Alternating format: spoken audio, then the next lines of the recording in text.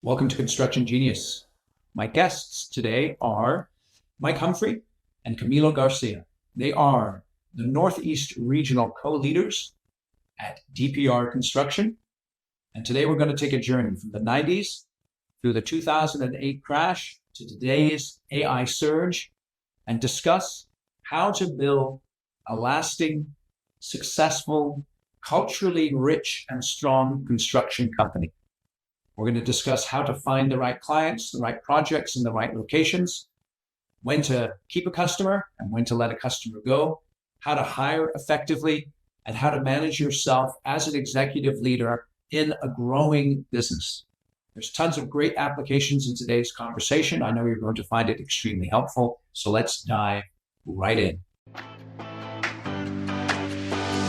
This is Eric Anderton, and you're listening to Construction Genius, a leadership masterclass. Thomas Edison said that genius is 1% inspiration and 99% perspiration. If you're a construction leader, you know all about the perspiration, and this show is all about the 1% inspiration that you can add to your hard work to help you to improve your leadership.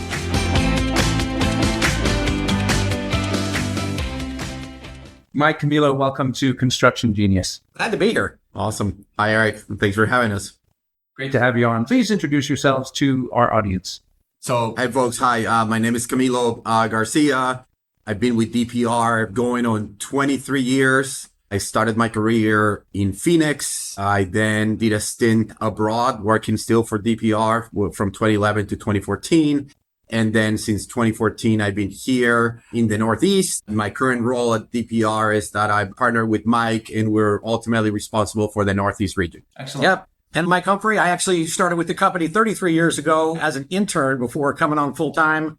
Played just about any role you can think of in the organization and mostly operational, but did have a period of working on the corporate service side of the business for a while. And today, as Camilo said, partnered with Camilo on trying to do great things here in the Northeast. That's awesome. Awesome. I know today we really want to take a look at the different cycles that DPR has been through since its founding many years ago. And you've both lived through different eras of DPR. Mike, when you look across your 30 plus years, what is the cultural core that has carried the company through 2.5 cycles of boom and bust? Yeah. Well, the cultural fundamental has always been our approach towards people. It is a strong respect the individual, trust and give, chances, build relationships. It's really been a very people friendly core of the culture. I think that's what helped us be successful in our early years and really take on so much work at the beginning was people wanted to work with us. And it was both because we desire to be excellent builders, and we also are a collaborative, innovative, treat each project individually and each customer individually kind of an organization. Interesting. Camilo, what's your perspective on that? Yeah, I would say very similar, Eric. I do think that starts with people, right? I do feel that ultimately at the end of the day, what has been able to carry us throughout the years is the fact that, first of all, we do hire the best people. We do our really purposeful on when we're bringing somebody on board for a career. We're not bringing somebody on board for a project. We're not bringing somebody on board, we're bringing somebody on board for their technical abilities and their expertise, not because of the resume, right? And so to me, what is that the common thread is ultimately that we have been able to get some great people, and we have been able to reinforce the culture by simply ensuring that our culture is much more than what's written on the wall. Right? Is the behaviors that we're taking, I would say when nobody's watching, right? Is the behaviors that we're taking as leaders, is the behaviors that our teams are taking in the field when they're making calls, when they're treating their partners, their subcontractors, is doing those things that it's culture that is driven by behaviors and by actions rather than by authority and by you must do. Yeah, very well Okay. said. In the hiring process, what do you think DPR does that other companies don't do to identify the cultural fit of the individuals that you're talking to? Well, I'll tell you a couple of things. One is we have been accused of having a gauntlet of an interview process. And partly the reason is that we would like a diverse group of people to meet the candidate. So it's not just one person. It's not Mike Humphrey looking for more Mike Humphreys. It's a number of us who have different experiences, different backgrounds, kind of exploring, is this person going to be a good fit? Is this a person that I can see myself working with and maybe somebody working for? So at the very basis, the questions are just different. Instead of, like the standard questions, what are your strengths and weaknesses? Or, tell me about your last role there or responsibilities. Our questions are things like, can you give me an example of a time when you had to make a decision based on your values? And maybe one that was hard. And how did you come to making that decision? Or it's really more questions around that have to do with, checks of integrity. And are you someone that I think can be trusted to make decisions on behalf of a customer? So it's just a different line of questioning. I would agree, absolutely. And what I would add to that, I would say is the first thing is that the piece that really, when we're talking to people, when we're bringing people on board, and the reaction that we get, and specifically when we're talking about mid-career hires, is when we ask them, what are you more passionate about? Where's your passion? And so I really believe that the best way for us to be able to be successful, the best way for us to be able to ensure that we're challenging people the right way is, let's make sure that we're putting in when they're going to succeed, because they're going to show up at work and they're going to be passionate about what they do. And so to me, that is, that like the other piece that is maybe is different how we approach it. And then I also feel that the way when we bring people on board, let's say like two groups of people, right? We have the mid-career hires and we have the entry-level hires, right? I think that for the mid-career hires, the biggest thing that I think that we absorb when we have folks that already have experiences in other businesses, in other companies, is that the way that we feel that we can support them, it feels that it's a little bit different. Whereas here is like, hey, how can we help? What do you need? Here's the resources that we have for you. Here's what we can engage. And then when you are going through and you're like a brand new college, let's say college grad, somebody that is new in the industry, it's more about how can we teach you and how can we show you and make sure that it's not a matter of, hey, you're going to make mistakes. We're all going to learn. I remember when I was a project engineer and I made a mistake with some davits at the roof of the first project that I was working on. It was brutal. To this day, but it was how the project manager, the project executive took me, showed me the mistake, engaged me on how to solve it, what was needed to happen.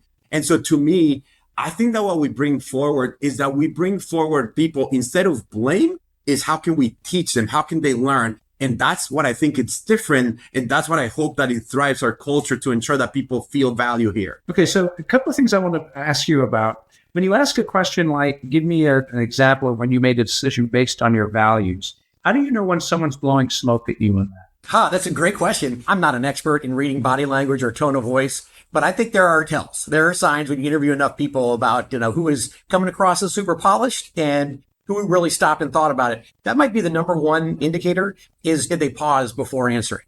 Anybody who answers that question without taking a deep breath and thinking about it is blowing smoke. It's a question that requires some thought. The questions are going to be different based upon age and tenure and experience. I see the trickiest one, and Camilo mentioned two audiences that we're kind of asking these questions of. There's the new hires or fresher from school. There's mid-career. Yeah. We've actually gotten to a place now where we're hiring at pretty senior levels, like pretty close to executive levels. And the driver behind that is that as we've scaled up, we grew extremely organically. And so we got a lot of people who are like me, who've been here 33 years, and this is all I know. And we recognize that we needed to have some more differences of opinion. So go back to the question about, a values-based decision. There's no right answer to a lot of the questions. It's more about how do you think? How do you share what you're thinking? Yeah. And I agree. And what I would add to that, Eric, is that the way that we see it is that I think the piece that we use in our point of view that I think is very relevant, that I think that sometimes it takes time to be able to get, is that the way that we operate with our values is that there is the freedom within the framework, right? And making sure that the way I see it is that we got to make sure that people understand that we're going to empower people. And when we're empowered people, that's the best thing that we can do, because you're going to learn, you're going to make mistakes, you're going to be able to get exposed to something that you didn't think. But at the same time, because we're a value-driven organization, we got to make sure that we can be clear on, hey, where do you stop? Where is that sinking hole that is going to, sink the ship type of thing and everything? So that is the piece that when we start seeing that is what, for us, it's important that it can serve as trigger points to ensure that we're not letting people that we're able to double down or that we're able to support them in a different fashion. It's interesting. All right, quick break to talk about my book, Construction Genius. This is what I want you to do. Go to Amazon, search for the book, read all of the 5-star reviews, because there's a ton of them. over 50 to be precise. And the reason I want you to read them is because real people wrote those reviews who've actually read the book. And it'll give you an idea of why you should go and buy a copy right now on Amazon. And here's the deal. If you purchase 10 or more copies for your company, and then send me an email, eric@constructiongenius.com, I'll come in via Zoom and do a 1-hour Q&A and a bonus training session with your team at no charge. I normally charge $4,500 for an hour of my time. And again, for you, I'll do it at no charge if you buy 10 or more copies of my book. And the reason you should buy it is all in the title. It's effective, hands-on, practical, simple, no BS, leadership, strategy, sales, and marketing advice for construction companies. So if you're in the construction industry, this book is for you. So you can get it on Amazon. You can also get it on Audible in the audio version as well, narrated by yours truly. And I know you'll really enjoy it. So go out and get the book. And now back to the interview. I'm going to mid-career hires. One of the friction points that often happens with a mid-career hire is obviously they've been doing something for 10 to 20 years a particular way. They come into your business, you do some things differently. How do you negotiate incorporation of new ways of doing things while maintaining the DPR way, so to speak? You start first? Sure. First of all, I think that's something that we wrestle every day. I would say that I don't think we have the perfect solution. What I do believe is that one thing that we do bring is that we do embrace it. Okay. And what we do, when I say that we do embrace it, is that ultimately we know that somebody may bring forward an idea that it's better than the way that we're doing it. Right. And instead of coming back and dumping a policy procedure manual or no, this is how you should do it. Exactly what we do is like, no, here's what the best practices are. Here's what we think we should do. But if you're bringing something that is going to be better, that is going to be different, we embrace that. And so I think that that is something that we work hard to make sure that there are ways, and our competitors have been able to develop great people, have been able to deliver great projects. So something is working as well. And so the point is, how can we make sure that we can take some of those things, ensure that it matches with the freedom within our framework, all the things that we talked about, but ensure that we can build from that. So that is something that as leaders, we have to deal with every day. Yeah. It's interesting. The thing I want to add to that, I totally agree with everything you just said, Camilo, is there's a book, How the Mighty Fail, or How the Mighty Fall. I might be getting that wrong. And one of the characteristics of the companies that fail is hubris. And so I think we work really hard not to have the arrogance that everything we do is the best of the best of the best. We are anxious to learn. We are definitely a learning organization. Ever forward is one of our core values. So there's a balancing act between somebody bringing a habit that may stretch our thinking or somebody bringing a habit that may damage our culture. And so those are the distinctions. Yes. Going back to that cultural piece, you mentioned something at the very beginning, Mike. You used this phrase, give people chances. Tell me what you mean by that specifically. Yeah, it actually is a kind of a tenet of our development program, what we call like stretch assignments. I mean, maybe we're not the only people who call it that, but a stretch assignment is intended to get somebody out of their comfort zone to see what they learn about themselves, to see if they can find a new approach to answering something. Also, you just learn things so much more deeply when you feel them. You feel the response, when you have ownership of it, rather than somebody just telling you. So it is actually an intentional part of development to get people into those kind of assignments. And that's when you have to give them chances, because you're asking them, get out there a little bit, take a chance on that, try something new. There always are going to be some best practices, starting places where we're like, hey, listen, if you don't know where to start here. But if you find a better way, we'd like to learn from you. And then those are the chances that we'll ask people like, great, what did you learn? And share that. We also, and this is really done in a non-punitive way. If somebody makes a mistake, we will often ask them, hey, can we together, let's get in front of your peer group and talk about that.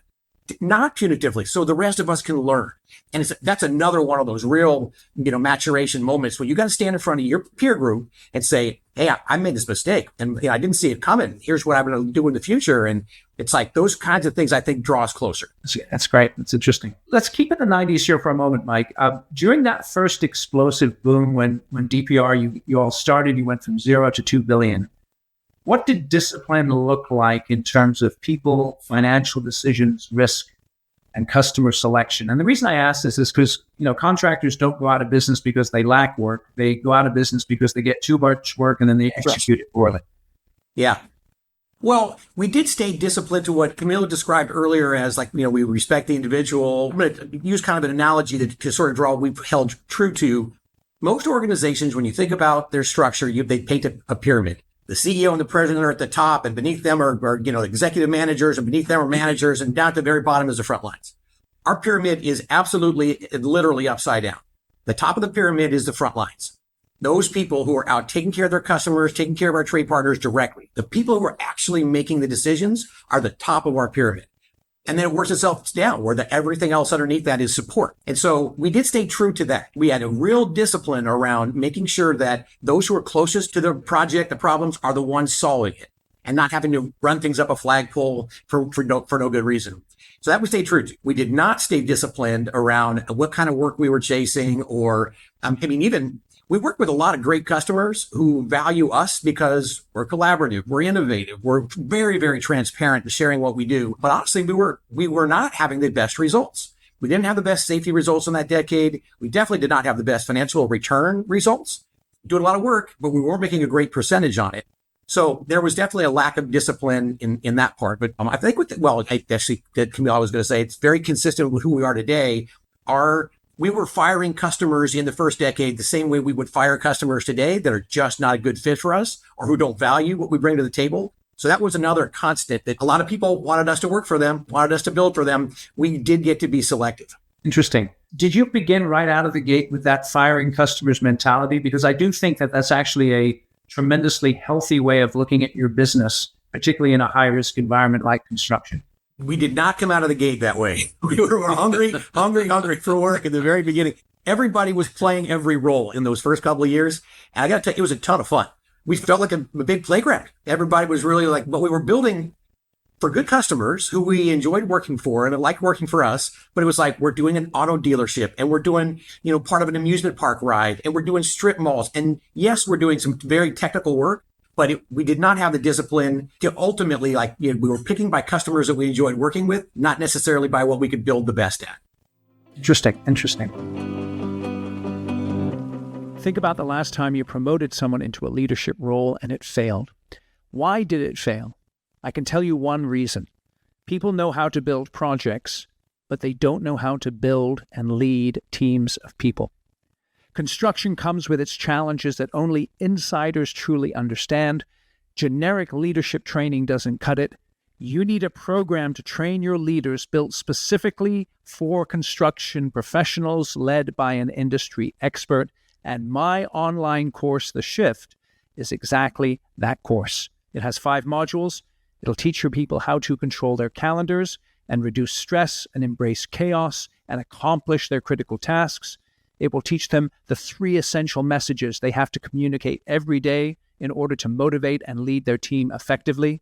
It'll show them how to build and lead a high-performing team, give them a framework for running effective meetings so they'll be able to solve problems in less than an hour, and also give them a higher perspective on their leadership that will enable them to work on the business and on their teams and not get stuck in the weeds micromanaging. So go out to my website, theshift.constructiongenius.com, read all about the course, and then enroll yourself and your leaders in the course, and I guarantee that it will transform your leadership.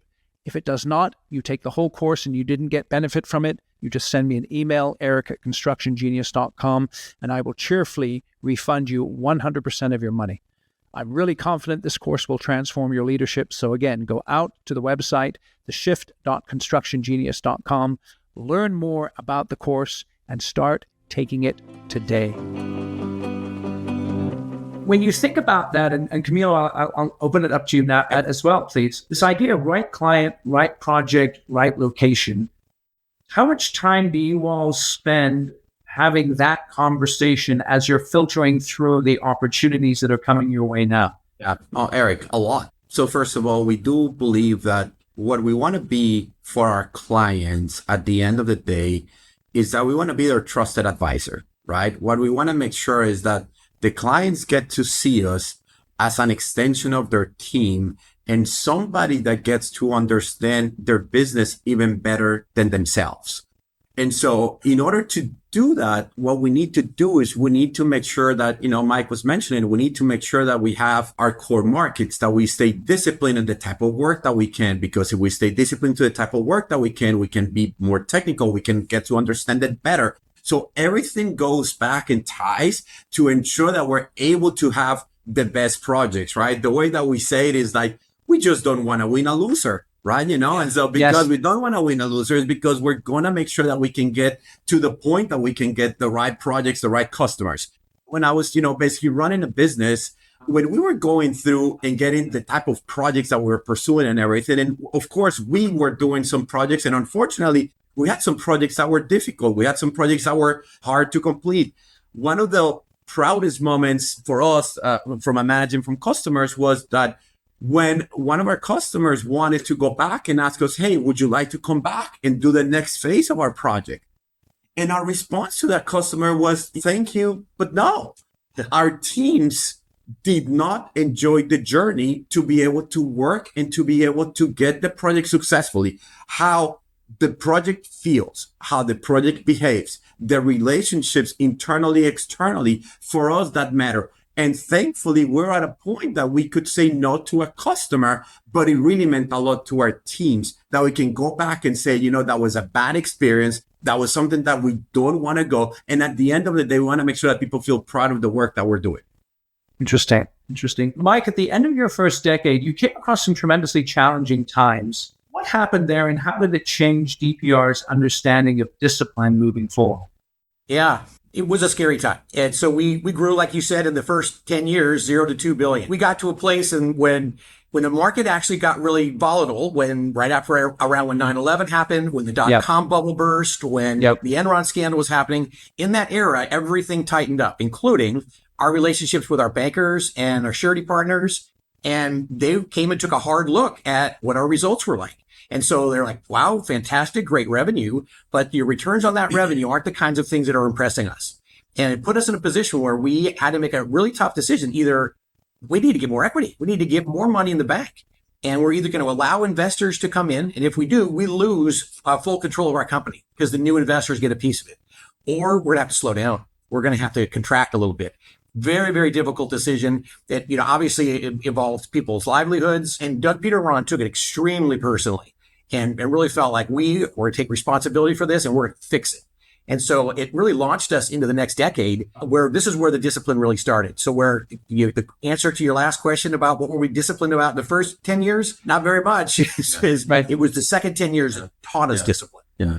And when I agree, and that's my experience with DPR starts at the basically early 2000s, Eric. And that's exactly what Mike was saying. And that is exactly what we started working with the decade of discipline. And for us, the decade of discipline meant that we needed to be purposeful to our core markets. That's when we started going through and developing, hey, we're going to be prioritizing our core markets. We got to make sure that we're doing the right type of work. The possibility to differentiate ourselves when we were going through and we were talking about it and competitors is like, that is going to be very difficult. Do you mean that you're not going to be doing this type of work anymore? How are you folks going to survive?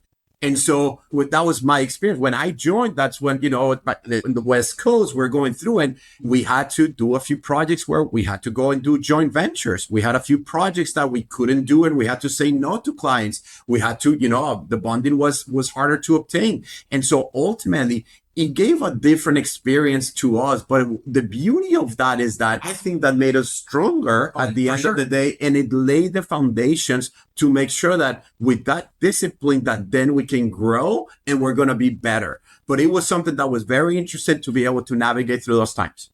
Yeah, it's interesting. So Camilo, that leads me to my next question. Let's fast forward to 2009. You've been with the company for, 5-6 years at that point, and the recession hits. And how did the decade of discipline that you just described set you up for success during that tremendously severe downturn? Absolutely. So the first thing, we keep talking about our core markets, right? And I think that there's a lot of it is associated with the type of work that we were doing. What's interesting, Eric, is that the core markets, as we have selected them, as we pursue them and everything, they're anti-cyclical in nature. And so what happened is when one of the core markets goes down, the other core market go up. And so what happened is during that time, we were able to double down on the core markets, like healthcare, for example, was booming. Life sciences was booming, right? And so ultimately, the core markets, anti-cyclical nature of the core markets was key. The second thing that I would say that happened during that time is that as a company, we were starting to continue to double down on the mega projects and understanding that there are some mega projects that have a longer runway from a planning perspective and then from an execution perspective. And so balancing our book of business with the stability of some mega projects was key to make sure that we could ride the wave, make sure that we had a place for folks to be able to continue to work and operate. So it was balancing those two variables that made it for us, it was the way to manage it and be able to continue. And then the last piece is that what we also learned is that the deals that we're setting up at that time were the deals that we're going to be setting up, not immediately. It was several years down. And so we had to be super disciplined of the type of deals that we're doing and that we're closing with clients to ensure that the lasting impact was something that was going to be positive, not at the time of desire or need because the economy was having an impact, right? So it was able to be selective to ensure that, hey, at the end of the day, when this passes, what type of pipeline do we want to have? Okay, let me ask you about that anti-cyclical insight there, which I think is tremendously important.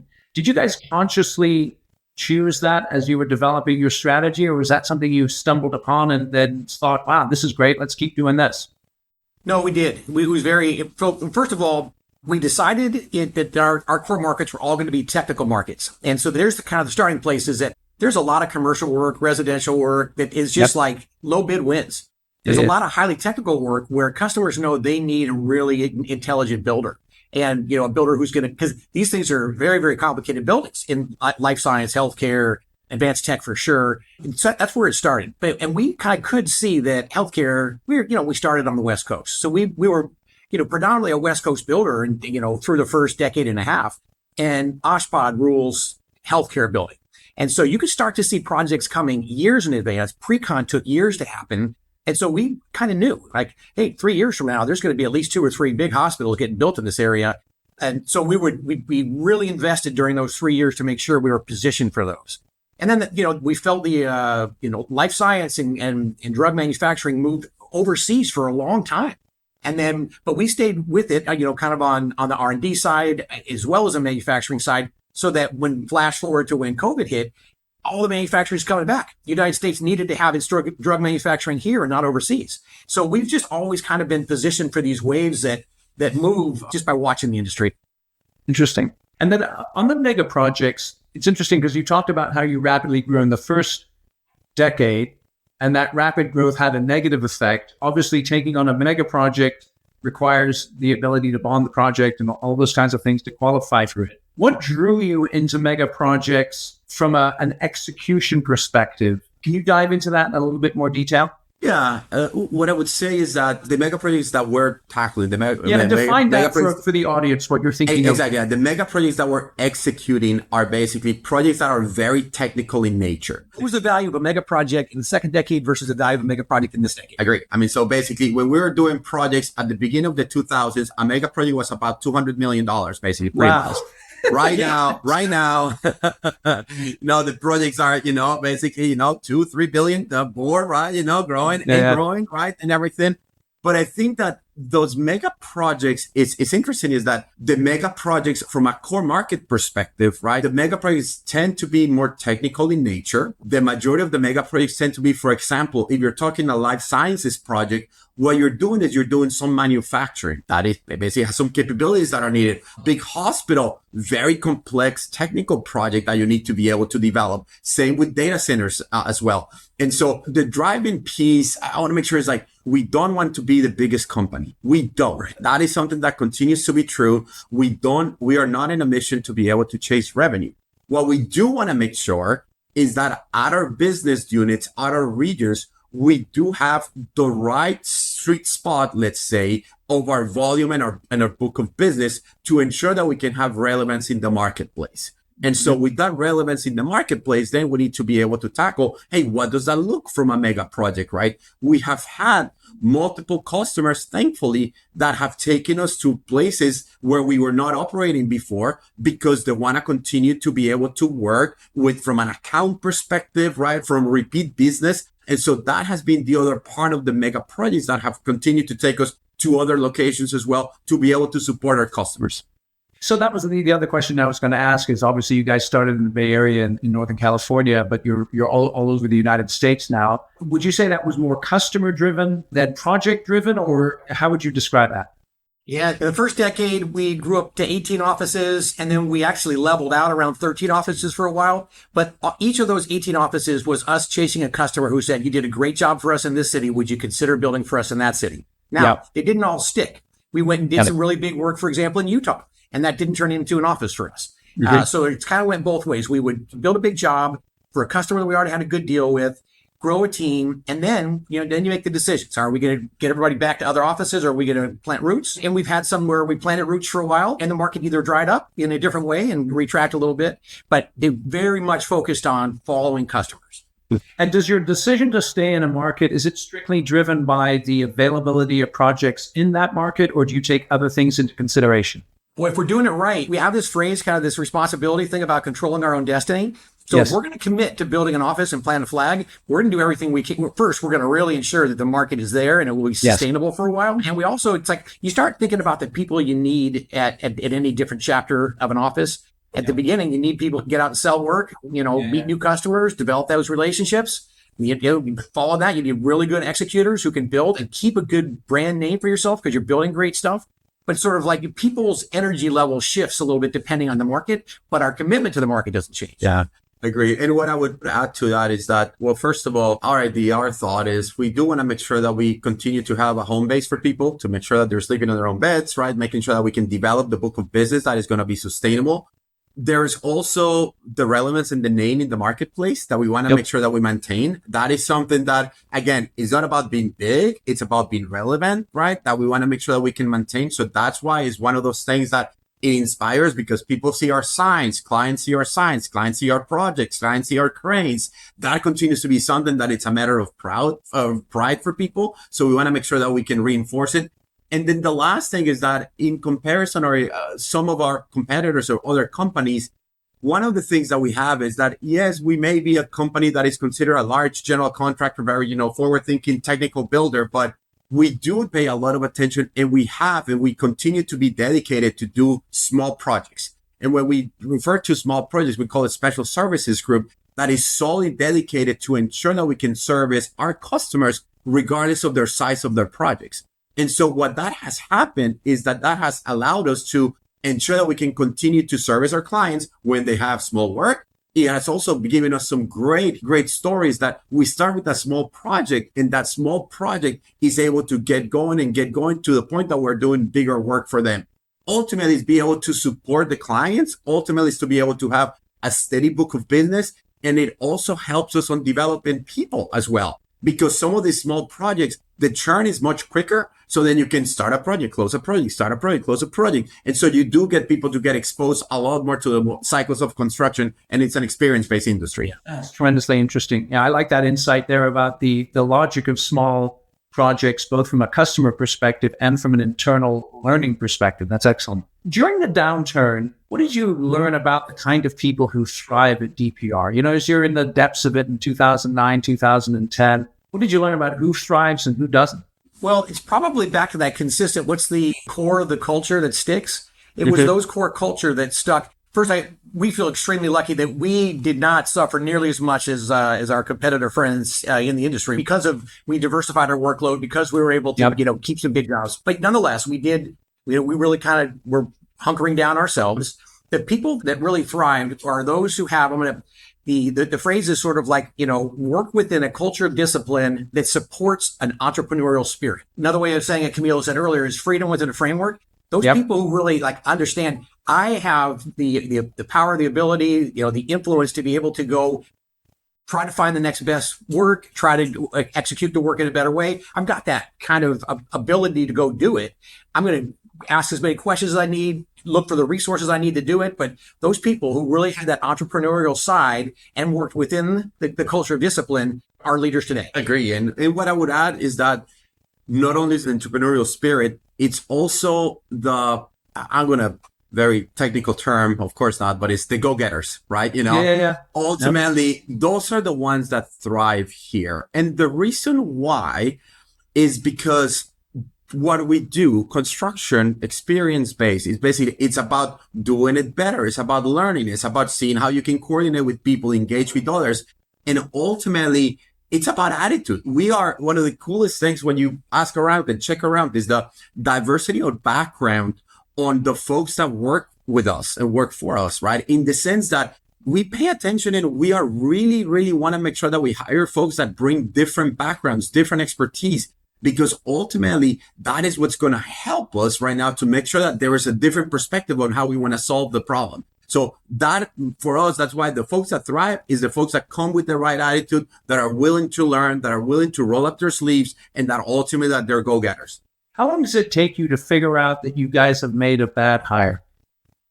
Oh man, that's a great question. So that's the other thing we can be accused of, is holding on to a person too long. So we might know someone's a bad hire, but our first instinct, if somebody's not fitting in their role, is to figure out if we've given them all the resources they need. Did they got the training they need? Did they have the tools they need? Do they have the right size team around them? So if that's really checked and that's true, yeah, we've given you everything you need, then we're more likely to say, maybe this just isn't the right role. Let's try a different role that you might be more successful. And we got tons of stories of people making role changes and absolutely thriving, going from completely unhappy to absolutely thriving. The third move is to remove from the company. And so it's like, it is a longer process. One of our core central beliefs is if you respect the individual, you can change the world. This respect the individual is what takes so long for us to exit a person. And sometimes we waited too long and sometimes we made bad decisions, but we'd rather err to that side than we would to too quickly removing somebody who could become excellent.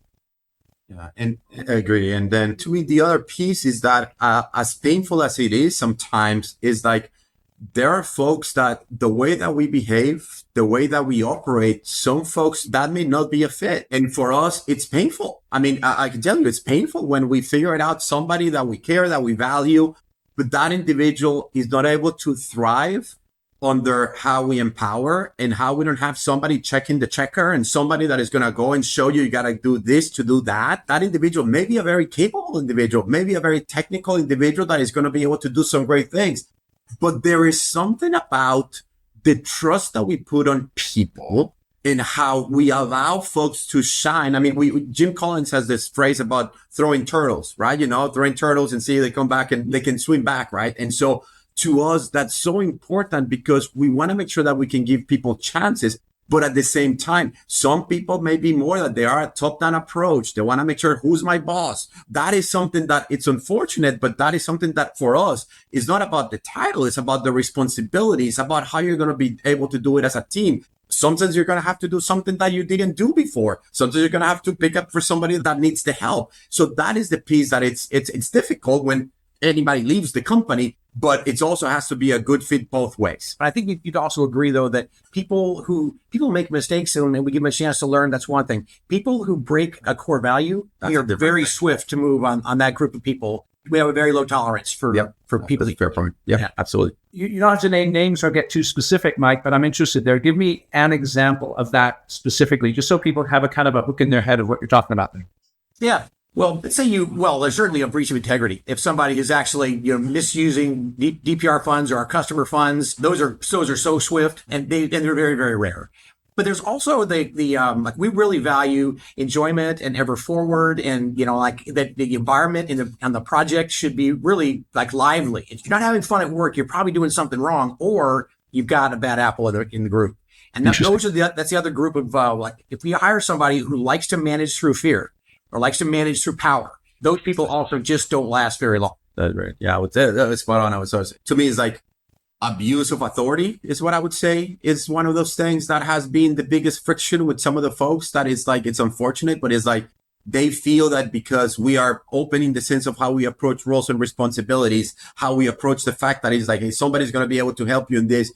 That piece is one of those things that is like, no, when you're in a team, that is not what it's about. It's about how can you complement each other? How can you work together? So that is one thing. That abuse of authority is like, of course, something ethical, something integrity, not even asked, but just that other piece is what really have to reevaluate if we have the right individual helping us out. No, it's beautiful. I really like that. We've spoken about disciplined customer relationships a little bit earlier. How do you maintain trust when customers saying, hey guys, I'd like to go to this area or I've got this project opportunity? You have to tell them no.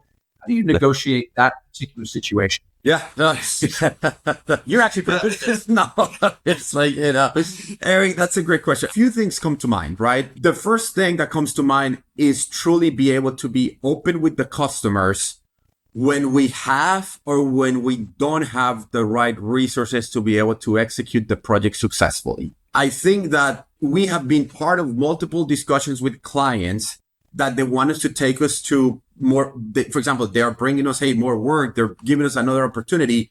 And our gut reaction is like, of course we want to service this customer. Of course we want to make sure that we can help you.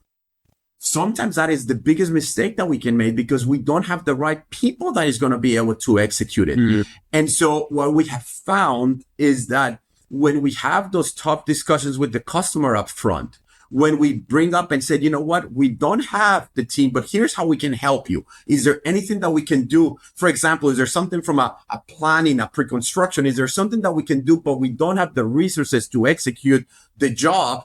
That is something that has definitely helped us and made the relationship stronger. The other piece is that what has happened right now, I mean, as you know, the economy is from a construction, from a technical projects, there's a lot of projects. Thankfully, it's a very strong way, very strong, piece of currently of how the economy in our core markets are behaving. And that is when it gets tougher.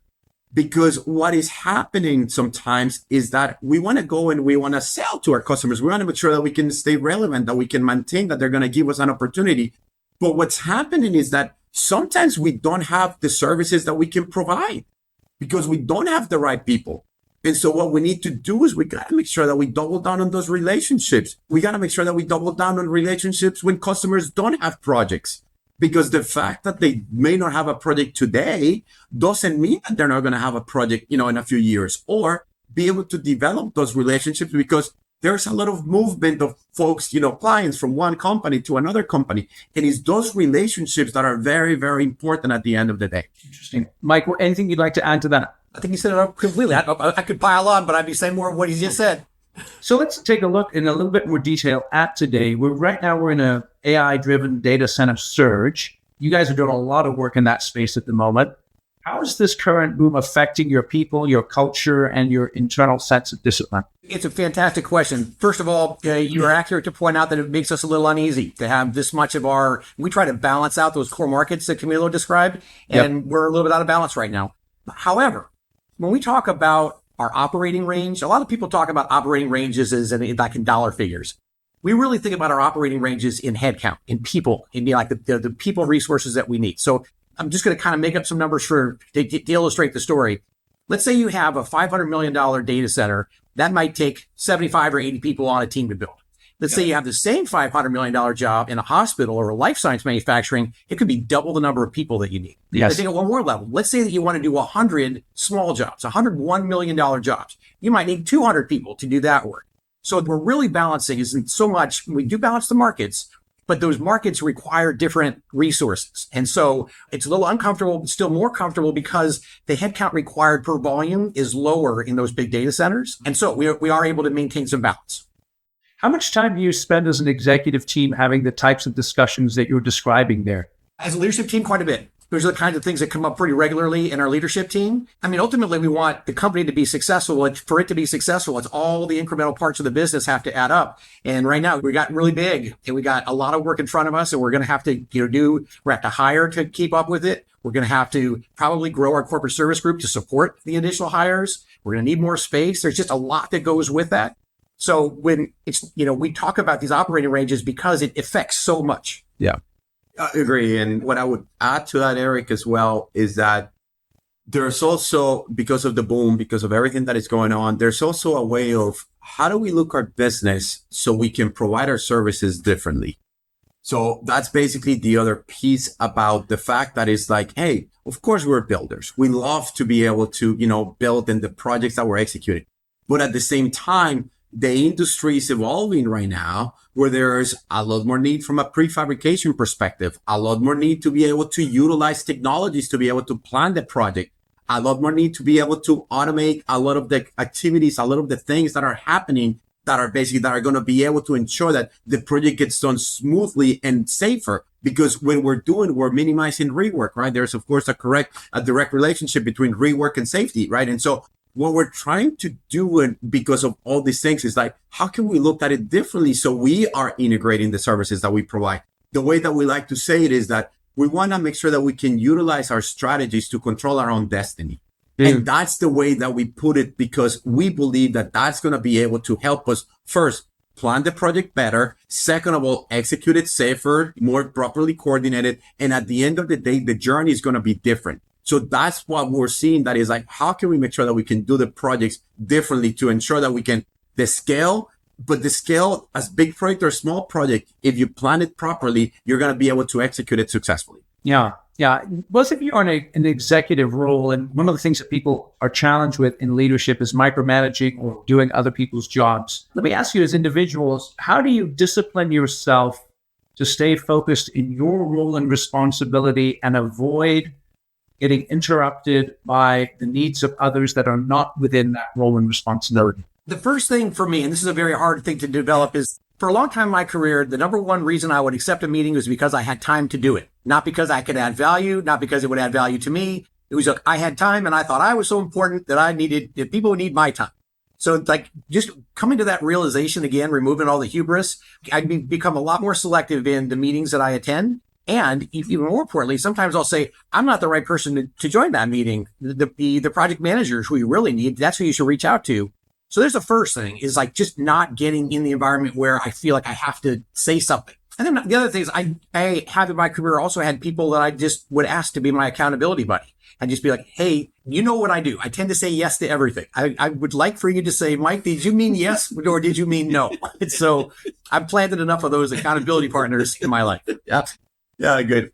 Awesome. So the way that I would put it is like, first of all, I would say that is a real struggle. I mean, I think that when somebody reaches out and asks, hey, you have a few minutes, and for us to be able to tell that person no, first of all, it feels wrong. Second of all, it feels like on DPR in the sense that because we want to make sure that we can help people. We want to make sure that we can understand. Two things that come to mind as you navigate that one. I think the first one is during the engagement. Let's say that I'm engaging with an individual, somebody that I work with, somebody that, they're coming to me. I always ask is like, are we here because you're venting? Or are you here because we want to make sure that we can find a solution to what you're bringing forward? Yeah. And that has been able to change the way of the discussion, because sometimes what happens is that people come and as they're articulating, they're explaining it, a problem that may sound that is super big is going to come back down and say, maybe it's a little bit more manageable. So that is one of those things that has been interesting. And then the second one, because I do feel that, of course, it's important and everybody's restricted time is the most valuable resource, right? Is asking questions is to me the biggest source of how can we do it. And what I mean with that is that if you're with somebody and you ask one question and the answer is like, hey, you know what? They have a grasp, they get it. But if you ask something and you're like, there's a little bit more, then you ask the next question and then the next one. And then you start diving in. Based on that interaction, you're able to determine, you know what? There's a little bit more help that I can provide here, or this person has it. So that is the piece of just be able to manage that leadership is something that is difficult, because ultimately, as we continue to evolve in our leadership roles, we transition from a point of, let's say, of doing to a point of influence right now. And so be able to affect via influence is something that is very hard and it takes time. Yeah, tremendous. It requires a lot of discipline and learning new habits. It's very interesting. So we started in the 90s and we're all the way up here to 2026. Across the boom of the 90s, the crash of 2009, and today's surge, what would you guys say is the single discipline that has protected DPR the most and allowed you all to be successful?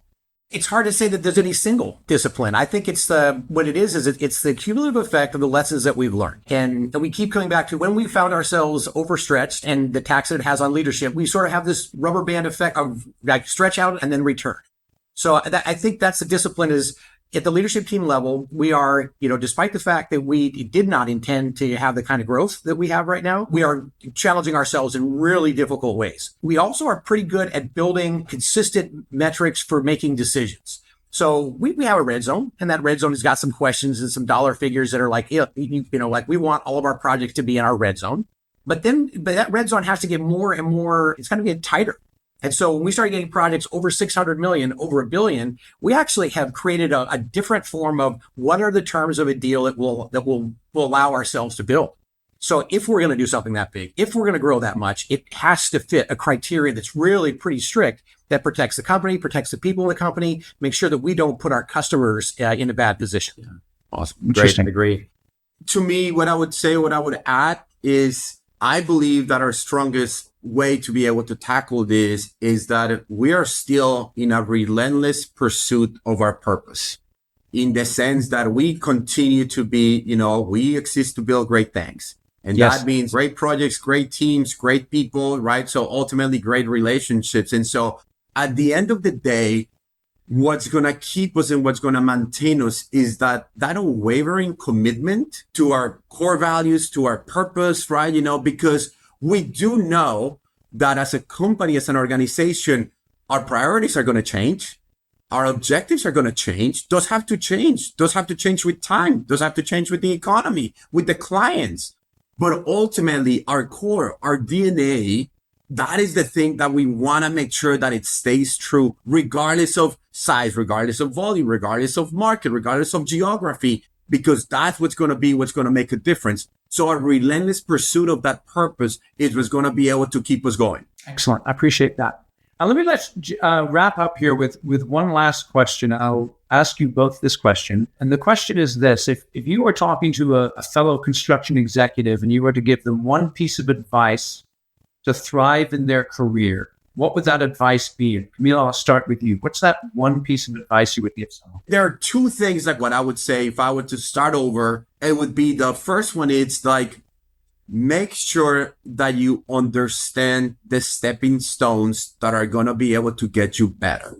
What I mean with that is that there is a push right now in the way things were working right now and the way the information is flowing right now that people want it now. They want it. And there is something about be able to ensure that you understand it, that you can develop and make sure that you feel comfortable, because what happens is that some people may see it that we're not trusting or slowing down. It's like, to me, it's like, no, what we're doing is we're giving you tools to make sure that you can be dangerous in the sense of how you treat and how you know how to react when things come. So the first one is, how can you make sure that you can find and be comfortable in the fact that you got to learn the basics, you got to trust that knowledge and make sure that it's going to make it better.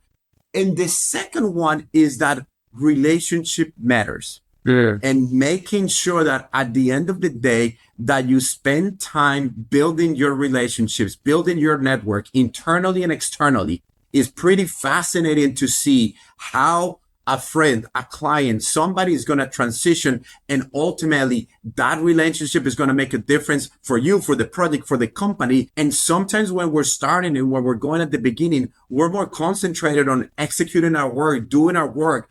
Sometimes we have to step back, and building on that muscle of relationships, of developing people, is what's going to make a difference in the long run. It's beautiful. I really appreciate that. Mike, let me kick it to you. Yeah. Kind of going to steal this one from Doug, Peter, and Ron. Peter used to tell me, say, as he grew and was, kind of getting closer to his retirement, he's like, Mike, I'm going to tell you something. The older you get, the more you have to protect. You build a business, you want it to, so you start becoming a little less risky, you become a little bit more safe. And innovation doesn't live in safety. And if you really want to be great, if you want to grow, if you want to transform the industry, first of all, never stop learning. I was really big from Peter. At the 25th anniversary, Doug, Peter, and Ron each gave us the next leadership group. They were handing off leadership. The next were like, don't stop being bold. Or if you do, surround yourself with those people who are curious and who are innovating. And that's sort of the backup plan to aging, I suppose, is surround yourself with people who are just as curious as you've always been. Yeah. Yeah, that's beautiful. I really appreciate that. So this idea of understanding the career path, Camilo, you were speaking to that, the stepping stones, maintaining relationships, building relationships, and then keeping entrepreneurial or innovative in your mindset. All of those things are key there. Yeah. Great way to summarize it. Gentlemen, I really appreciate your time here today. Camilo, Mike, this has been extremely insightful, and thank you so much for coming on the show here today. Thanks for Eric, thank you for having us. We appreciate it. Thank you. Thank you for listening to today's conversation with Mike and Camilo. I hope you enjoyed our conversation.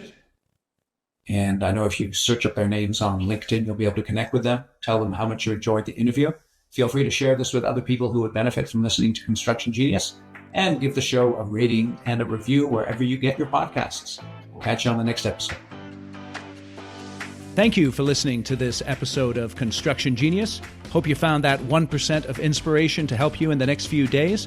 If you like the show, please give us a 5-star review on iTunes, share it with other construction leaders who you think would benefit, and always remember that the show is brought to you by Kick-Ass Meetings. I've been working with construction leaders since 2004, teaching them how to run extremely effective problem-solving meetings that gets their people collaborating, taps into their creativity. And to get yourself a free copy of the Kick-Ass Meeting Report, go to www.ericanderton.com/kickassmeetings. Grab yourself that free report, read it, use it in your business. You'll find it extremely useful. And thanks again for listening.